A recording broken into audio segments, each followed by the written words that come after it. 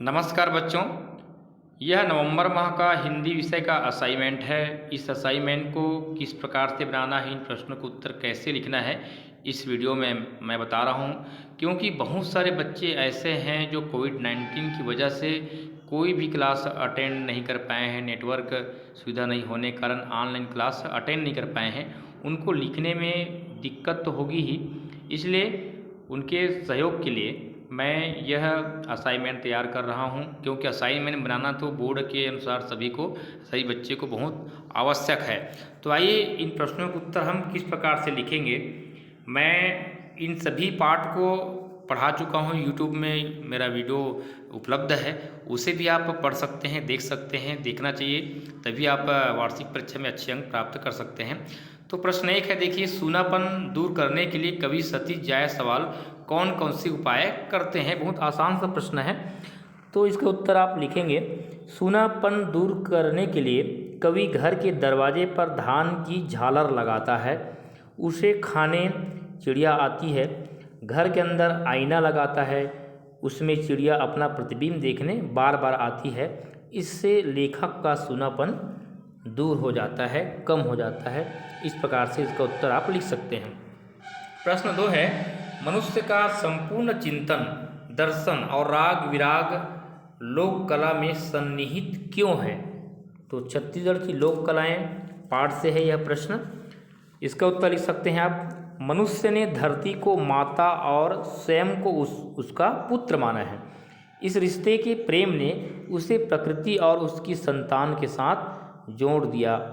इसी से लोक रचना की धाराएं प्रवाहित होने लगी। इसी प्रवाह से लोकगीत, लोक कथा, लोकनाट्य, लोक नृत्य का जन्म हुआ और इसलिए मनुष्य का संपूर्ण चिंतन, दर्शन, राग विराग लोक कला में समा गया। इस प्रकार से इसका उत्तर लिख सकते हैं। प्रश्न 3 है, आदिवासी जीवन सरल, निर्भीक और प्रकृति के सबसे करीब है। इस संदर्भ में उनके गुणों के 4 उदाहरण अमर शहीद वीर नारायण सिंह पाठ के आधार पर लिखिए। ठीक है, तो प्रश्न 3 का उत्तर आप लिख सकते हैं।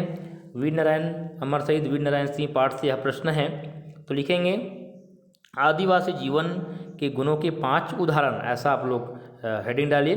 फिर पहला, जीवन उनका सादा एवं सरल होता है। दूसरा, धर्मपरायणता उनमें अधिक होती है। तीसरा, जीवन में समरसता बनी रहती है। चौथा, अपनी भूमि व्यवस्था के प्रति वे जागरूक रहते हैं। पांचवा, राजनैतिक हस्तक्षेप से दूर रहते हैं। ये आदिवासियों के जीवन से संबंधित उनके गुण हैं। ठीक है, प्रश्न 4 लिख सकते हैं, छत्तीसगढ़ी लोकगीत को अन्य भारतीय लोकगीतों से अधिक विशिष्ट क्यों माना जाता है। ठीक है, तो ये भी आसान है, छत्तीसगढ़ की लोक कथाएं पाठ से है।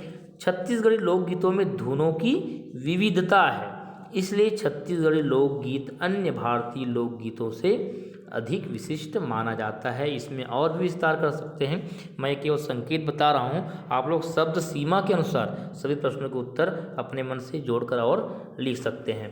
ठीक है, प्रश्न 5 है, प्रश्न 4 का ख नंबर, माखन व्यापारी के गोदाम से अनाज को लूटने के पीछे जमींदार का क्या उद्देश्य था।